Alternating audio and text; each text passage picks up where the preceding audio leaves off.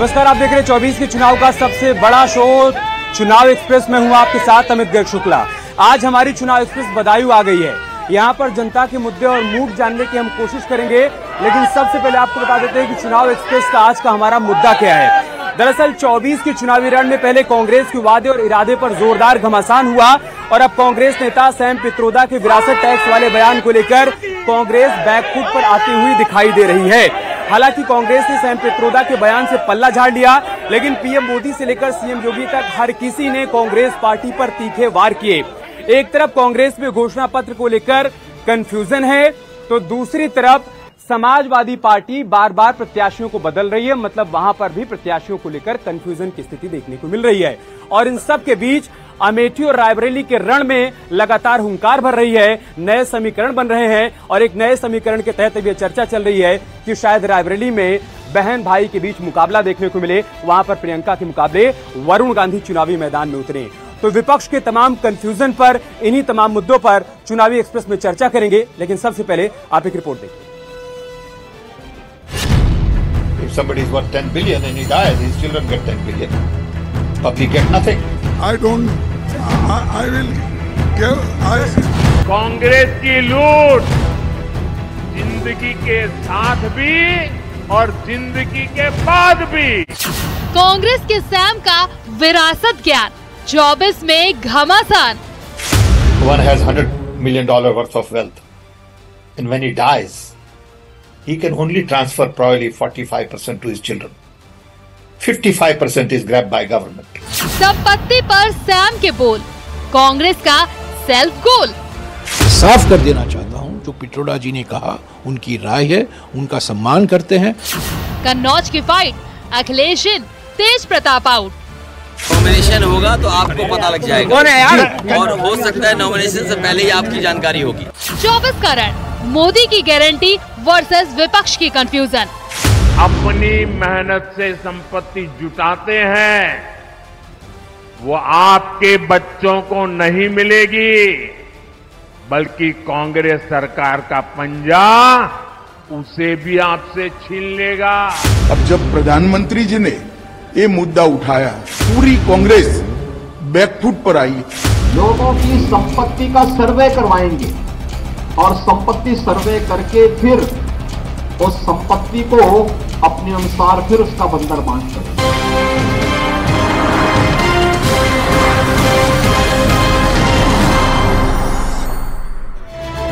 और चुनाव एक्सप्रेस के मेहमानों से आपका परिचय करवाएं उससे पहले आपको बदायूं की जनता से मिलवा देते हैं, जो आज इस डिबेट में शामिल होने के लिए पहुंची है। एक बार जोरदार तालियां आप लोग अपने लिए बजा लीजिए। आज जनता के सवाल होंगे और सामने जो प्रतिनिधि खड़े हैं उनके जवाब होंगे। अब बारी बारी से मेहमानों से आपका परिचय करवा देते हैं। हमारे साथ हेमेंद्र गौतम जी हैं, आप बीएसपी के मंडल प्रभारी हैं। इसके अलावा हमारे साथ फरहात अली हैं, आप समाजवादी पार्टी के नगर अध्यक्ष हैं। बहुत स्वागत है आपका फरहात अली जी। शैलेंद्र मोहन शर्मा जी हमारे साथ हैं, बीजेपी के प्रवक्ता हैं, आपका भी बहुत बहुत स्वागत है। इसके अलावा असरार अहमद जी हमारे साथ हैं, आप कांग्रेस नगर अध्यक्ष हैं, आपका भी बहुत बहुत स्वागत है। और आम आदमी पार्टी से भूदेव सिंह जी हमारे साथ जुड़े हुए हैं, आपका भी बहुत बहुत स्वागत है। आप सब लोग गठबंधन का हिस्सा हैं। जाहिर सी बात है कि सब ज्यादा सवाल आपके पास ही आने वाले हैं, लेकिन शुरुआत में आपसे ही कर रहा हूं फरहात अली जी। ऐसा लग रहा है कि पूरे विपक्ष में कंफ्यूजन ही कंफ्यूजन देखने को मिल रहा है। एक तरफ समाजवादी पार्टी बारी बारी से प्रत्याशी बदल रही है। पहले बदायूं जहां पर हम खड़े हैं, यहां पर प्रत्याशी बदला गया और अब कन्नौज में भी अखिलेश यादव जी नामांकन करने के लिए जा रहे हैं। दूसरी तरफ कांग्रेस पार्टी अपने मैनिफेस्टो को लेकर ही कंफ्यूज है। कभी कही जाती है कि ये बात है, कभी मैनिफेस्टो की किसी बात से इनकार कर दिया जाता है। इतना कंफ्यूजन क्यों?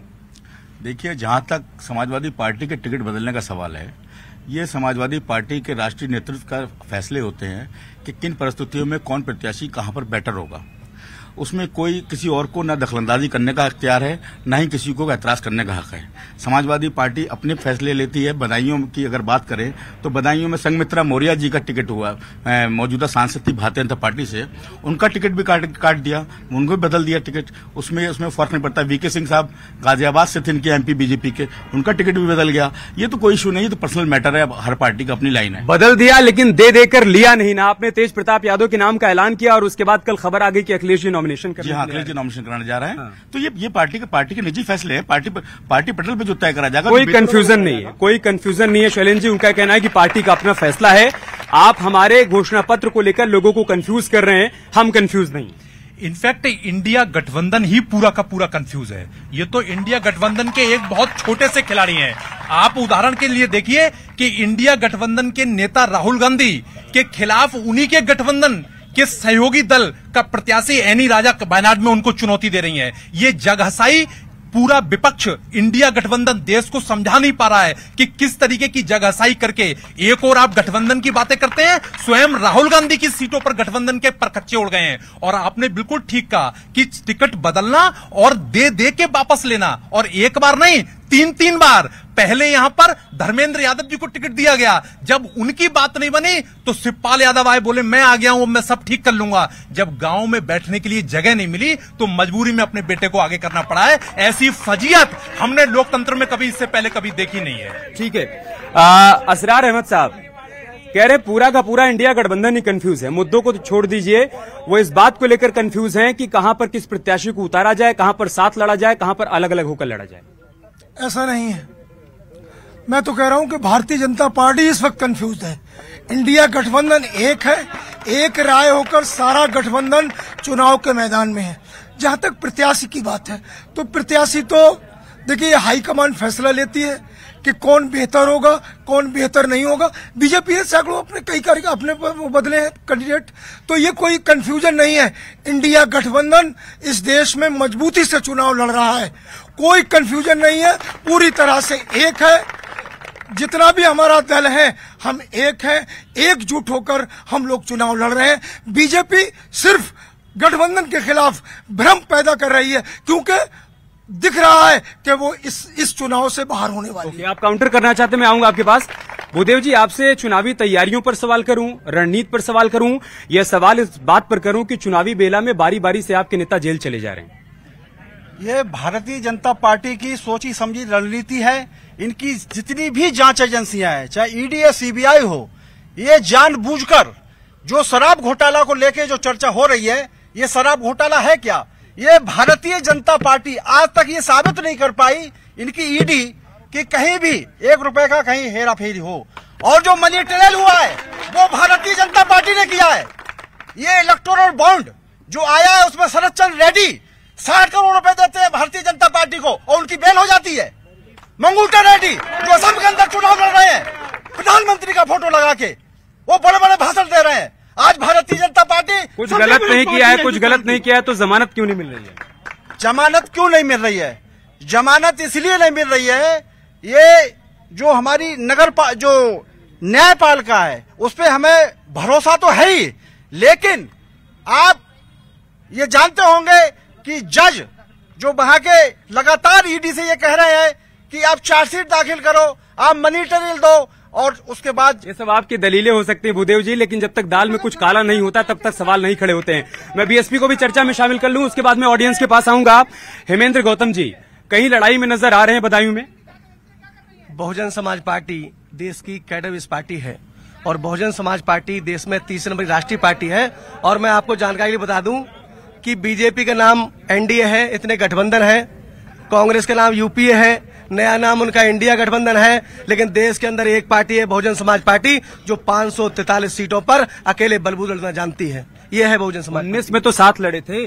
किसके? बिल्कुल लड़े। हाँ, तो आपने गठबंधन किया तो सही, उन्होंने गठबंधन किया तो गलत। नहीं, गठबंधन किया। हाँ, साथ में गठबंधन किया, कौन मना कर रहा है? अखिलेश यादव जी कह तो रहे हैं कि धोखा दिया आपने। हमने? हाँ। अखिलेश यादव जी को धोखा हमने कभी नहीं दिया।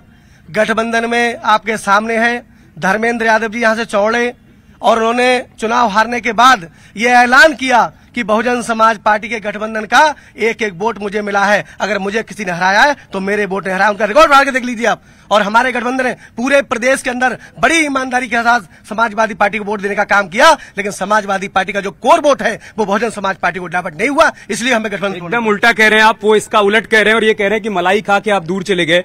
मैं आप लोगों के पास आऊंगा, जिसका भी सवाल होगा आप अपनी जगह से खड़े हो जाइएगा, मैं आपसे सवाल करूंगा। बताइए मैडम, क्या सवाल है आपका? मेरा ये सवाल है देश के ऊपर, क्योंकि हमारे घर की बहू बेटियां सारी जो भी हैं सुरक्षित हैं और विकास हुआ है, शहर में बहुत अच्छा विकास हुआ, सबका साथ सबका विकास और सबका विश्वास। कोई भी विरोधी पार्टी का कभी भी काम अच्छा नहीं हुआ। हम लोग खुलेआम घूमते हैं रात और दिन, कभी भी आराम से सुरक्षित हैं। हमारे घर की सारी महिलाएं सुरक्षित हैं। सरकार में आप सुरक्षित नहीं थी? आप ठीक है, बताइए आपका सवाल क्या? सर पहले तो मैं आपके चैनल के माध्यम से जो भी दर्शक हैं सबको प्रणाम करती हूं। सर जो अभी हमारी मैडम ने बोला कि हमारी बहन बेटियां लेडीज हमारी सुरक्षित हैं, तो सर मैं ये भारतीय जनता पार्टी से पूछना चाहती हूं, जिस टाइम मणिपुर में कभी जीवन में नहीं हुआ, जो मणिपुर में महिलाओं को नंगा करके परेड कराई गई, जवाब चाहिए। ठीक है, हाँ बताइए आपका सवाल। मैं आ रहा हूँ, आपके पास आ रहा हूँ। क्या सवाल है आपका? हमारा एक प्रश्न है समाजवादी पार्टी से। समाजवादी पार्टी की सरकार में बदायूं में 4-5 पुलिस की भर्ती हुई। उस पुलिस की भर्ती में कोई भी यहाँ का मुसलमान भर्ती हुआ हो तो मुझे बताएं। कोई भी यहाँ का बदायूं का यादव भर्ती हुआ हो तो मुझे बताएं। इस प्रत्याशी का बाप शिवपाल यहाँ आता था, इटावा से सूची लेके आता था, यहाँ सूची पर दस्तखत हो जाते थे। आपका सवाल आ गया, आपका सवाल आ गया। सुनिए, केवल एक बार यहाँ एसपी था नासिर कमाल, उस एसपी ने उस सूची पर दस्तखत करने से मना कर दिया और तब उसने 8 मुसलमान अपने भर्ती किए। ठीक है सर, आपके आरोप पर मैं जवाब लूंगा। आप बताइए आपका सवाल क्या है? सर मेरा सवाल भारतीय जनता पार्टी से है। अभी थोड़ी देर पहले बहुत नारे लग रहे थे भारत माता की जय। हम लोग भी भारत माता के धरती पे रहते हैं, हम भी जय बोलते हैं। मैं पूछना चाहता हूं, आज चीन ने सिक्किम से लेके लद्दाख तक कितनी जमीन कब्जा कर ली, आपने क्या किया उस पर? ओके, आप पूछिए आपका सवाल। मैं कहना चाहता हूँ, कहिए मत, सवाल पूछे। किससे पूछ रहे हैं? प्रधान, मैं पूछना चाहता हूँ बीजेपी के लोगों से। प्रधानमंत्री जी ने कहा था 2 करोड़ नौकरियां देंगे। 20 लाख की आबादी है बदायूं की। अगर 200 लोगों को नौकरी मिली हो, इनके परिवार वालों को जो यहाँ बैठे हैं वो हाथ उठा दें, हमारे 200 लोगों को नौकरी मिली है। अब मैं जवाब ले लेता हूँ। अब मैं बारी बारी से सबसे, हाँ बताइए आपका सवाल क्या है? सर इन्होंने कहा कि जम्मू कश्मीर, कौन कहता है कि आसमान में सुराख नहीं हो सकता? एक पत्थर तो तबीयत से उछाल कर देखो यार। अरे हम चंद्रमा पे पहुंच गए, हमने वहां सुराख कर दिया। हमने चाइना में गलबा घाटी में चाइना को घुस के मारा, हमने डोकलाम प्रकरण में चाइना को घुस के मारा, हमने पाकिस्तान में सर्जिकल स्ट्राइक की। ओके, पहले मैं समाजवादी पार्टी से जवाब ले लूं। फराद साहब, उनका यह कहना है कि आज बहन बेटियां अपने आप को सुरक्षित महसूस कर रही हैं, लॉ एंड ऑर्डर यहाँ पर कायम है। जब आपकी सरकार थी तो घर से निकलने में डरते थे। देखिए, लॉ एंड ऑर्डर के ताल्लुक से अगर समाजवादी पार्टी में आप उनके 12-17 का रिज्यूम देखेंगे तो लॉ एंड ऑर्डर को मेंटेन करने के लिए सबसे पहले 112 नंबर जो पुलिस की सुविधा उपलब्ध कराई, माननीय अखिलेश यादव जी ने उपलब्ध कराई थी। और उसके बाद आज तक योगी के कार्यकाल में 17 से 24 यानी कि 7 साल हो गए। उसमें कौन सा ऐसा काम है जो लॉ एंड ऑर्डर को मेंटेन करने के लिए किया गया हो? लॉ एंड ऑर्डर मेंटेन हुआ था सपा सरकार में, जब 112 चली। दिल पर हाथ रखकर बोलिए, लॉ एंड ऑर्डर के मसले पर ही सत्ता से चले गए आप। लॉ एंड ऑर्डर, सिर्फ सुनिए, लॉ एंड ऑर्डर मसले पर नहीं गए थे। भारतीय जनता पार्टी का 1 पॉइंट प्रोग्राम है और मेरा ये सेंटेंस कोट कीजिए आप कि if you can not convince anybody, अगर आप किसी को मुतमईन नहीं कर सकते, देन कंफ्यूज हिम, उसे कंफ्यूज कर दीजिए। मोदी ने 14 आप इसका मतलब वो कंफ्यूजन दूर नहीं कर पाए। ठीक है, मैं फिर आऊंगा आपके पास। सवाल यह है कि आपने 2 करोड़ लोगों को नौकरी देने का वादा किया था, उधर से सवाल है, और साथ ही साथ बदायूं के लोगों को आपने कितना रोजगार दिया, कितनी नौकरी दी, इसका जवाब दीजिए। मैं उनका जवाब दूं इससे पहले मैं अपने साथी को पैनलिस्ट का जवाब दूंगा। साथी ने कहा कि कांग्रेस बहुत मजबूती से लड़ रही है।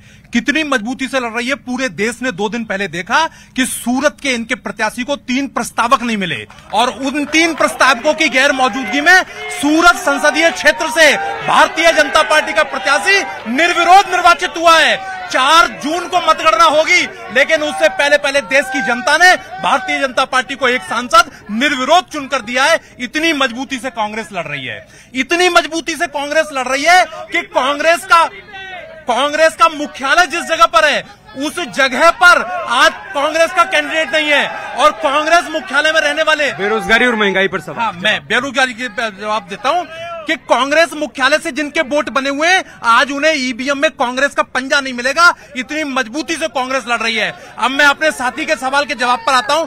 रोजगार का इनकी थोड़ी सी जानकारी इनको अपनी दुरुस्त करने की जरूरत है। ये केवल भारत सरकार के ईपीएफ के आंकड़े उठाकर देखें, 6.6 करोड़ खाता धारकों के हाथों में भविष्य निधि की इंस्टॉलमेंट उनके नियोक्ताओं के द्वारा दी गई है।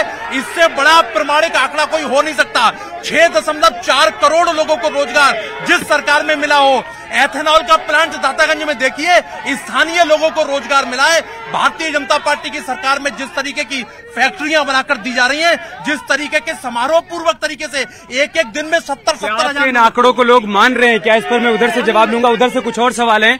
उससे पहले जो इनकी तरफ से आरोप लगाया जा रहा है कि ऐसा लग ही नहीं रहा है कि आप मजबूती के साथ चुनाव लड़ रहे हैं। वो कह रहे हैं कि आप मजबूती की बात कर रहे हैं, वहां सूरत में हमारा प्रत्याशी निर्विरोध जीत गया। राहुल गांधी अमेठी आएंगे या नहीं आएंगे, अभी भी कंफ्यूजन बरकरार है। ऐसा ये इनकी अपनी सोच है। मैंने कहा कि इंडिया गठबंधन पूरे देश में बड़ी मजबूती से लड़ रहा है, ये बिल्कुल सच है। ये पूरा देश देख रहा है। ये तो मैंने कहा कि बीजेपी सिर्फ भ्रम फैलाने की बात करती है। जहां तक सूरत का आपने सवाल किया, आपने देखा कि चंडीगढ़ में मेयर का चुनाव में किस तरह बीजेपी ने बेईमानी की और सुप्रीम कोर्ट ने दखल देकर इसी तरह का षड्यंत्र रचकर इन्होंने सूरत में इस तरह की कारकर्दगी की है, क्योंकि इनकी अपनी सरकार है। ये अपना अधिकारियों को मैनेज करके और जो विरोधी है, विपक्षी है, उनके पर्चे कैंसिल कराने का काम इन्होंने किया है। ऐसा नहीं है वो कैंसिल कराया गया, साजिशन कैंसिल कराया गया है। ऐसा नहीं है कि उनका किसी वजह से जवाब, आपका जवाब। जब जिला निर्वाचन अधिकारी ने वहां कांग्रेस के प्रत्याशी से आग्रह किया कि नियत समय तक वो 3 प्रस्तावक मेरे सामने लाके प्रस्तुत कर दिए जाएं, 3 प्रस्तावक प्रस्तुत नहीं कर सके और बात कर रहे हैं घपलेबाजी की। किस मुंह से बात करते हैं? जब पिछली बार कन्नौज में डिंपल यादव को निर्विरोध निर्वाचित कराया था, तब 8 प्रत्याशियों का अपहरण कर लिया था। 500 रुपए की चोरी लगाकर सुब्रत पाठक को अपहरण का आरोपी बनाकर जिस तरीके से निर्विरोध निर्वाचन की पटकथा लिखी गई, बदायूं की सरजमी पर निर्विरोध विधान परिषद निर्वाचित कराने की जो समाजवादी और कांग्रेस सरकार की जो पुरानी पटकथा है, अभी उस आडंबर से बाहर नहीं निकल पाए हैं। और अगर नहीं निकले तो जनता ने इनको जहां तक पहुंचा दिया, ये वहां पर भी नहीं रहेंगे। अब मैं उसी जनता से कुछ और सवाल ले लेता हूं। हाँ, क्या सवाल है आपका, बताइए।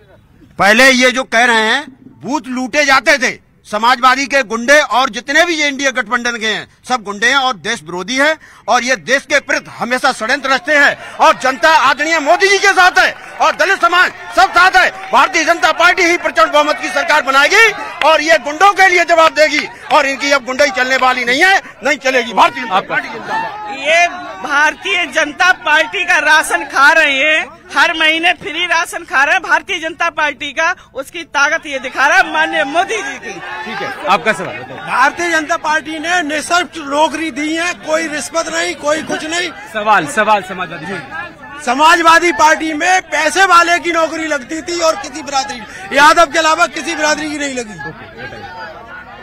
एक तरफ राष्ट्र को निर्माण के कार्य की बात चल रही है और दूसरी तरफ परिवार के निर्माण की बात चल रही है। देश की जनता ने ये मान लिया है कि देश के लिए चलाने वाला व्यक्ति, देश को आगे ले जाने वाले व्यक्ति, देश को नए निर्माण की ओर ले जाने वाले व्यक्ति, जनता आज माननीय मोदी जी के साथ है। परिवारवादी राजनीति को खत्म करना। हाँ, बताइए। मैं आपसे ये चाहूंगा कि अखिलेश की सरकार में जो राशन आता था, आधी कंकड़ी और आधा रेता और मिट्टी मिली आती थी, और अब देख लिए अब जो राशन मिल रहा है ऐसे ही आप आटा पिसा लो, एक कंकड़ी नहीं है उसमें। मैं जवाब ले लेता हूँ। हाँ, बताइए। मैं आम आदमी के जो पैनलिस्ट हैं उनसे एक सवाल है मेरा कि वो अपनी जो अदालतें हैं उन पर भरोसा करते हैं या नहीं करते हैं। मेरा सवाल समाजवादी पार्टी से है। अभी ये नौकरी की जो बात कर रहे थे ना, अभी पिछले 2022 में 13 जो है जूनियर इंजीनियरों को नौकरी मिली है, उसमें 7 मुस्लिम समुदाय के युवकों को नौकरी मिली। क्या ये स्पष्ट कर सकते हैं कि पिछली बार जो है 58 मतलब एक भर्ती में आधे से ज्यादा यादव समाज को नौकरी दी जाती थी, मुसलमानों को कहीं मिलता, आज लाभार्थी के रूप में हर मुस्लिम घर से एक लाभार्थी के रूप में जुड़ा हुआ है। आपका सवाल। मेरा नाम सलीम हलचल है और योगी मोदी जी की डबल इंजन की जो सरकार है उसमें अगर कोई पछड़ा हुआ समाज है, मोदी जी ने देखा तो वो मुस्लिम समाज है, और उसका उद्धार कैसे हो, उसे आगे कैसा लाया जाए, अगली पंक्ति में कैसे खड़ा किया जाए, वो मोदी योगी जी की सरकार कर रही है। ये समाजवादी, ये गठबंधन नहीं, ये ठगबंधन है, ये घोटालेबाजों की पार्टी है। फराज जी, आरोप है घोटालेबाजों की पार्टी है, ठगबंधन है। उनका यह कहना है कि जब आपकी सरकार थी लूट खसोट था, बूथ लूट लिए जाते थे, इसके अलावा जो राशन मिलता था उसमें मिलावट होती थी। ये तो ठगबंधन है और नरेंद्र मोदी के नेतृत्व में जो 10 साल से सरकार बनी हुई है उसमें कितने असंख्य दलों का गठबंधन नहीं है। एक बात, दूसरी बात यह है कि इनके पास कौन सी वॉशिंग मशीन है जिसमें डालने के बाद आदमी बिल्कुल तरोताजा फ्रेश निकलता है। कि अभी नीतीश कुमार जी अभी जब आरजेडी के तेजस्वी जी के साथ थे तो वो पानी पी के गाली बक रहे थे नरेंद्र मोदी को, अमित शाह को। आज वो उनके साथ चले गए तो वो उनका बिल्कुल व्हाइट वॉश हो गया। दूसरा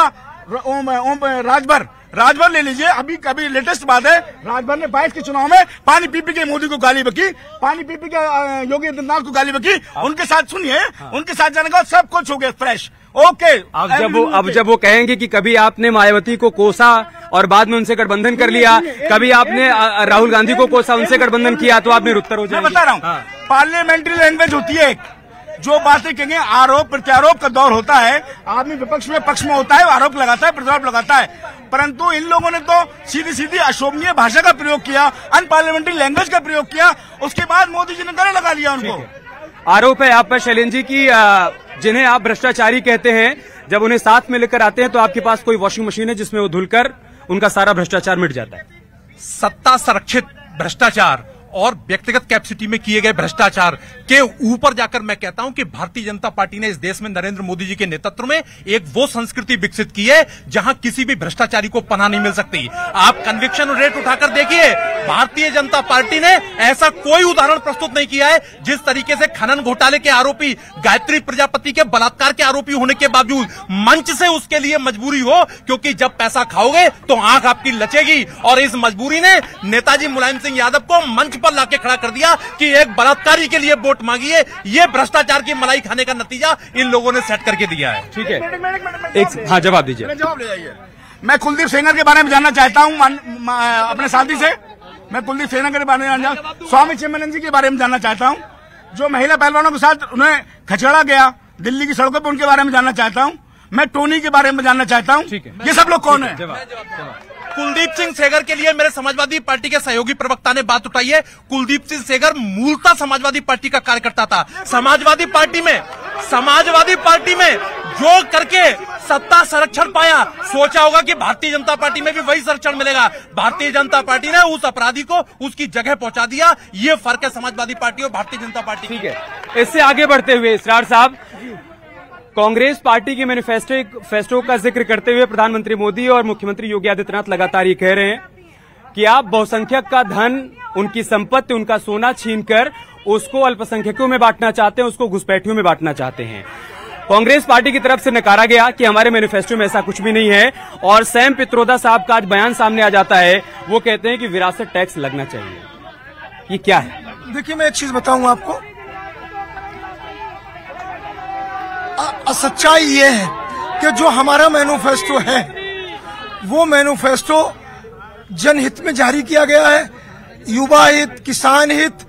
तो जो हमारा मैनिफेस्टो है वो देश हित में, देश की विरासत टैक्स होना चाहिए। नहीं, विरासत टैक्स के बारे में मुझे कोई जानकारी नहीं है। सैम पित्रोदा साहब का बयान आया है कि जैसा अमेरिका में होता है कि अगर वहां पर किसी के पास अकूत संपत्ति और वो मर जाता है तो उसकी संपत्ति गरीबों में बांट दी। ये सैम पित्रोदा जी का बयान हो सकता है, ये पार्टी का बयान नहीं, ये कोई पार्टी का अधिकृत बयान। कांग्रेस पार्टी के वरिष्ठ नेता राहुल गांधी के सलाहकार, नहीं, वो उनका अपना बयान हो सकता है, पार्टी का बयान नहीं। क्या ये पार्टी ने अधिकृत करके दिया? मीठा मीठा गप गप, कड़वा कड़वा थू थू। ठीक है, इधर से सवाल है। हाँ बताइए, क्या सवाल है? मेरे दो सवाल है भारतीय जनता पार्टी से कि 2022 में जब सरकार बनी थी तो इन्होंने अपने मैनिफेस्टो में यह वादा करा था कि हम दिव्यांगों की, 60 साल की और विधवा लोगों की 1000 से 1500 रूपये पेंशन कर देंगे, मगर 2 साल हो चुकी हैं, अब तक इन्होंने पेंशन बढ़ाने का काम नहीं किया है।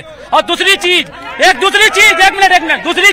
जो कि हमारी मैडम कह रही थी कि महिलाओं को सुरक्षा है, तो कि हाथरस का कांड याद करें, हाथरस में उस महिला का रेप हुआ और प्रशासन को जवाब मत दीजिए, सवाल करिए। मैं सवाल इनसे पूछना चाह रहा हूँ कि जब उस महिला का रेप हुआ और प्रशासन ने उसकी डेड बॉडी तक नहीं दी, कि उसने डरता तो 1 बजे में उनका जो है अंतिम संस्कार करा। मैं सवाल पूछ रहा हूँ। आपका सवाल।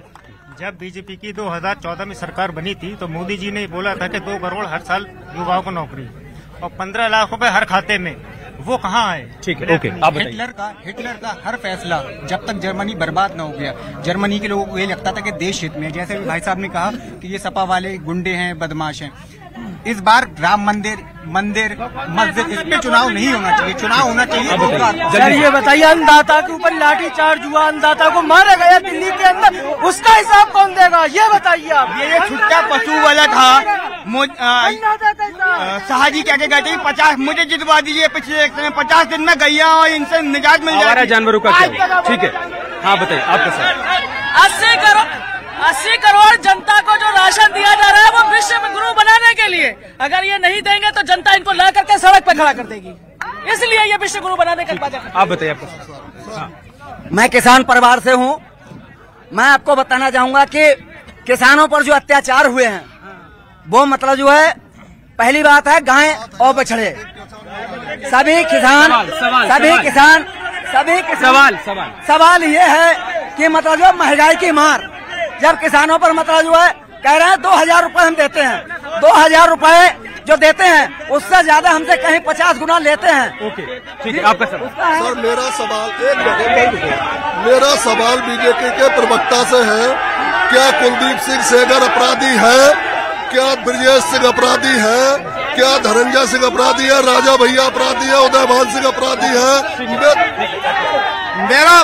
मेरा सवाल बीजेपी के प्रवक्ता से है, अगर मोदी जी का डंगा पूरे विश्व में बजता है तो चंडीगढ़ में वोटों की चोरी क्यों की?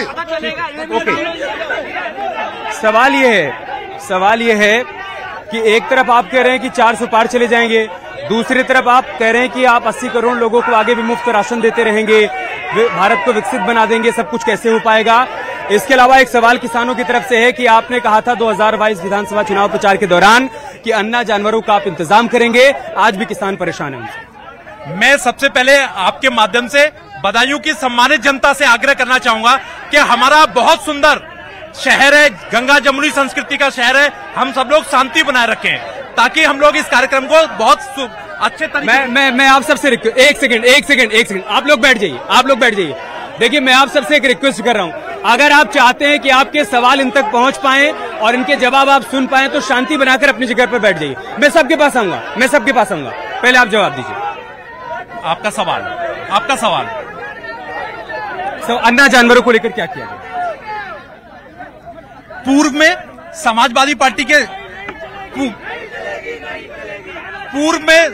समाजवादी पार्टी के सरकार के दौर में पशु चोरी एक इतना बड़ा सामाजिक मुद्दा था कि लोगों की पशुशाला से पशु चोरी कर लिए जाते थे, ये किसी से छुपा नहीं है। भारतीय जनता पार्टी की सरकार ने अपराधियों पर लगाम कसी है, उसकी प्रतिक्रिया में एक एक सामाजिक समस्या बनकर उभरी है। पूरी सरकार संजीदगी के साथ लगी हुई है। बदायूं जनपद अपने आप में इसका उदाहरण है। जितनी बड़ी बड़ी सरकार के द्वारा संरक्षित गौशालाएं बनाई गई हैं, आप रसूलाबाद में जाके देखिए, रफियाबाद में देखिए, 1400, 1500 की संख्या के गौ संरक्षण वहां पर हो रहे हैं। एक किसान 28 रुपए अपनी गाय के लिए खर्च नहीं करता। केंद्र सरकार ने बढ़ाकर, प्रदेश सरकार ने बढ़ाकर 58 रुपए प्रति गाय राशि ये निश्चित की है, जिसकी परिणति ये हो रही है कि आज गाय गौशाला के अंदर है। कुछ सांड जरूर सड़कों पर पाए जा रहे हैं, जिनके लिए भी हम सामाजिक समस्या समझ के प्राथमिकता। फराज साहब, अगर आपने इसका समाधान कर दिया होता पहले, स्लॉटर हाउस में गायों को नहीं भेजा गया होता तो आज ये समस्या नहीं होती। देखिए, ये सब फर्जी बातें हैं कि स्लॉटर हाउस में गाय भेजी गई। आज गायों को, अभी मेरे भाई ने कहा 58 रुपए 58 रुपीज पर गाय का खर्चा दिया जा रहा है। आप मुझे ये बताइए कि 58 रुपए में किसी गाय का पेट भरा जा सकता है? ये सिर्फ और सिर्फ गौशाला के नाम पे घोटालाशाला चल रही है। घोटाले करे जा रहे हैं अपने लोगों को ओबलाइज करने के लिए। 50-50, 100 गाय है नहीं, 10 गाय हैं, 100 का पेमेंट लिया जा रहा है। ये घोटाले का एक नया तरीका निकाला है, एक चीज। दूसरी चीज ये है कि जिस तरीके से हम सड़क पे निकलते हैं, जब रात में हादसे होते हैं लोगों के साथ, जिस तरीके से पशु सड़कों पे पाए जाते हैं, जिस तरीके से पशु जंगल में पाए जाते हैं, खेतों में पाए जाते हैं, खेत खलिहानों को सत्यानाश कर रहे हैं। किसान मजबूर अपना अगर खेत की फसल दिखाने के लिए रात को खेत में जाता है टार्चे और लठियां लेकर, तो पता लगा घर लूटा जा रहा है। फसल बचाए तो घर लूटा जा रहा है, घर बचाए तो फसल लूटी जा रही है। ये हालत हो गई है। ठीक है, आपका जवाब इसका। इनकी समस्या ये है कि अभी पशु सड़कों पर पाए जाते हैं, लेकिन इससे पूर्व उत्तर प्रदेश की जनता की समस्या ये थी कि गुंडे सड़कों पे पाए जाते हैं। गुंडों से बचना मुश्किल था, पशुओं से बचना आसान है, गुंडों से बचना मुश्किल था। मैं आपके पास आ रहा हूँ। उनका यह कहना है कि आज पशुओं की समस्या है, उसके समाधान को लेकर सरकार प्रयास कर रही है, लेकिन पहले जो गुंडाराज हुआ करता था हमने उसे खत्म कर दिया, वो आप लोग नहीं कर पाए। इस प्रदेश के अंदर बहन कुमारी मायावती के शासनकाल को सब जानते हैं। अगर इस प्रदेश के अंदर गुंडागर्दी का अंत किया तो वो एक ही नेता है, उनका नाम है बहन कुमारी मायावती। यहाँ से लेकर के आप चले जाइए पूर्वांचल से लेके गुंडों की बाढ़ आती थी, लेकिन बहन कुमारी मायावती ने जब शपथ ग्रहण किया तो ये कह दिया या तो गुंडे प्रदेश को छोड़ करके चले जाएं, वरना उनकी असली जगह जेलों में होगी। और सबसे पहले ये काम हमारी नेता बहन कुमारी मायावती ने किया। ठीक है, आप मानते हैं कि कानून व्यवस्था आपकी सरकार में बहुत ज्यादा दुरुस्त थी। कानून व्यवस्था के मसले पर लगातार वो दावा कर रहे हैं कि आज उत्तर प्रदेश की कानून व्यवस्था जैसी है 2017 से पहले ऐसी कभी नहीं थी, और ये जनता भी मान रही है, इसी पर हमको बार बार जिता रही। उत्तर प्रदेश में कानून व्यवस्था नाम की कोई चीज नहीं है। आए दिन बलात्कार, आए दिन चोरियां, आए दिन डकैतियां, मर्डर जैसे काम हो रहे हैं। तो कानून व्यवस्था जो ये वादा कर रहे हैं, कानून व्यवस्था पूरी तरह से शून्य है। कानून व्यवस्था नहीं है, बल्कि पुलिस तमाम केसों को दबाती है। आए दिन घटनाएं होती हैं, पुलिस एफआईआर नहीं करती है, पुलिस एफआईआर नहीं करती है। मैं बुद्धेश जी आपके पास आ रहा हूँ, आप कुछ कहना चाहते हैं, जल्दी से बताइए। मैं ये कहना चाहता हूँ, भारतीय जनता पार्टी सबसे झूठी पार्टी। बेरोजगारी और महंगाई पे चर्चा ही नहीं करते ये लोग। 2014 के अंदर सिलेंडर 400 रुपए का था, आज सिलेंडर 1000 रुपए का है। किसान का ट्रैक्टर 4 लाख रुपए का था, आज 8 लाख रुपए का है। और इस देश के अंदर ये कहते हैं विकसित राष्ट्र, विकसित राष्ट्र, विकसित राष्ट्र। चूहों का पोस्टमार्टम होता है इन सरकारों में, चूहों का। और एक किसान के लिए अगर सवाल मार दे तो उसके कोई सुध नहीं लेते, और ये कह रहे हैं गौशाला महंगाई बेलगाम है। इस पर मैं जवाब लूंगा, उससे पहले मैं पीछे से कुछ सवाल लूँ। एक सेकेंड, आप लोग बैठ जाइए, मैं आ रहा हूँ, सबके पास आ रहा हूँ। बताइए सवाल आपका। सबसे पहले मेरा सवाल है, मेरे भैया थे, बड़े भाई है। सबसे पहले जो मोदी जी ने विकलांगों के साथ जो किया, मोदी जी ने सबसे पहले विकलांगों को नाम हटा के दिव्यांग नाम किया। पहली बार इतिहास में किसी प्रधानमंत्री जी ने विकलांगों को नाम हटा के दिव्यांग नाम दिया। और दूसरा काम उन्होंने ये किया, योगी आदित्यनाथ जी ने पहली बार इतिहास में मुख्यमंत्री आवास विकलांग आवास देने का काम किया। और दूसरा भैया ये बताइए, कौन सी सरकार में महंगाई कम थी? सबसे ज्यादा थी। और इस सरकार में तो मुसलमान की महिलाओं की सबसे पहले सुनी जाती है, इसलिए 99% मुसलमान महिला मोदी और योगी मांग रही है। और 3 तलाक में सबसे अच्छा ऑप्शन मिला। और जब दिल्ली में बीजेपी सरकार तो नहीं थी, जब 8-8 साल की बच्चियों के रेप होते थे, मुसलमान बच्चियों के जनाजे नहीं मिलते थे, उनकी चीर फाड़ होती थी। अभी बहुजन समाज पार्टी के प्रत्याशी ने नुमाइंदे ने कहा कि मायावती जी ने गुंडे खत्म की, जबकि भारतीय जनता पार्टी के सामने भारतीय जनता पार्टी के स्वर्गीय ब्रह्मदत्त द्विवेदी जी ने उन गुंडों का मुकाबला किया और बहन जी को बचाया। और इन्होंने उन्हीं के साथ गठबंधन किया। गुंडे चोर। सवाल आ गया, मैं महिला सुरक्षा के ऊपर 3 प्रश्न मेरे हैं। देखिए, पहले ये कहा जाता था कि महिला सुरक्षा है, बेटियों के लिए कोई सुरक्षा नहीं है, बेटियां हमारी, इनकी सरकार में कोई सुरक्षा नहीं थी। आज समाजवादी पार्टी की सरकार। जी ठीक है, ओके, मैं पीछे से कुछ सवाल ले लूँ। हाँ बताइए। हाँ, क्या सवाल? जो 2014 से पहले जो प्लॉट सबको 4 लाख में चाहिए था, आज 40 लाख में बेच रहे हैं। जो महंगाई की बात कर रहे हैं, अगर 5-10 रुपए बढ़ भी गए तो कौन सी आफत है? ठीक है। आपका एक सवाल मेरा है, जेन्युइन सवाल है बीजेपी से, कि इन्होंने डबल इंजन की सरकार ने पिछले 5 साल में बदायूं के लिए क्या किया? बदायूं को मेडिकल कॉलेज सही वही है। जिस तरह ये नगर पालिका हारे बदायूं की, जिस तरह ये नगर पालिका विकास था, तो नगर पालिका क्यों हारे? योगी जी आए थे, उसके बावजूद इतने बुरे मतों से ये नगर पालिका हारे। लोकसभा भी हारेंगे। आंवला बरेली बदायूं मेडिकल कॉलेज ऐसे। ओके, हाँ बताइए। मैं बात करना चाहता हूँ बसपा और सपा दोनों जातिवाद है। बसपा का जातिवादी दोनों जाति। बसपा ने नारा दिया था। आपका सवाल आ गया, प्लीज सर, ऐसे नहीं। मैं जवाब ले लूँ, मैं इधर से जवाब लूँ। उधर से आरोप लग रहा है कि आप ये कह रहे हैं कि मुसलमान आपके साथ है। ये मुस्लिम महिलाएं आई हैं, वो कह रहे हैं कि जितना सुरक्षित आज हम अपने आप को महसूस कर रहे हैं, कभी नहीं करते थे। मोदी जी ने हमको 3 तलाक से छुटकारा दिलाया। ऐसा है। ये कौन सी मुस्लिम महिला है? मुस्लिम महिला कौन सी है? वो मुस्लिम महिला सामने उनकी तरफ से सवाल किया गया, उनको बुलाऊं यहाँ पर मैं? लग तो नहीं, बुरखा उड़ जाई होंगी। मतलब जो आपके लिए हिसाब से ना बोले वो मुस्लिम नहीं है। ऐसा तो फिर आपके मुसलमान होने को आप कैसे साबित करें? समाजवादी पार्टी में ना तो हिंदू का सवाल है ना मुसलमान का सवाल है, और आप मुस्लिम महिला बनाकर मुझसे सवाल मत करिए। एक सेकंड मैम, आप 1 मिनट आगे आ जाइए। आप आगे आ जाइए, एक सेकंड इनको आने दीजिए। आइए आप आगे आ जाइए। ये आप सबको ये मुस्लिम महिला नजर आ रही है नहीं? अब फरहाद साहब का कहना है कि बुर्का पहनकर आ गई है, मुस्लिम महिला नहीं है। क्यों फरहाद साहब ऐसे क्यों कर रहे हैं? ऐसा है, मोदी राज में भारतीय जनता पार्टी, जब आपको याद होगा, जब एक जमाना वो था। आपने एक के लिए कहा, देखिए एक और मुस्लिम महिला आ गई, ये मुस्लिम भाई आ गए। हाँ सुनिए, लोकतंत्र में कोई भी किसी पार्टी के साथ जा सकता है, ठीक है, इसमें कोई डिबेट नहीं है। डिबेट इस बात पे है कि भारतीय जनता पार्टी दावा करती है, एक मिनट, दावा करती है कि सबका साथ। एक सेकंड आप लोग प्लीज पीछे रहिए, मैं सबके पास आऊंगा, सबका साथ, मैं सबके पास आऊंगा, आप लोग पीछे रहिए। एक सेकंड, हमें डिबेट खत्म करनी पड़ेगी। बदायूं के लिए क्या किया गया, उधर से एक सवाल है, जल्दी से। बदायूं के लिए 92 किलोमीटर का गंगा एक्सप्रेस वे, ठीक है, हमें डिबेट को यहीं पर खत्म करना होगा, बदायूं से चुनावी एक्सप्रेस में खबरें जारी ना बने रहना।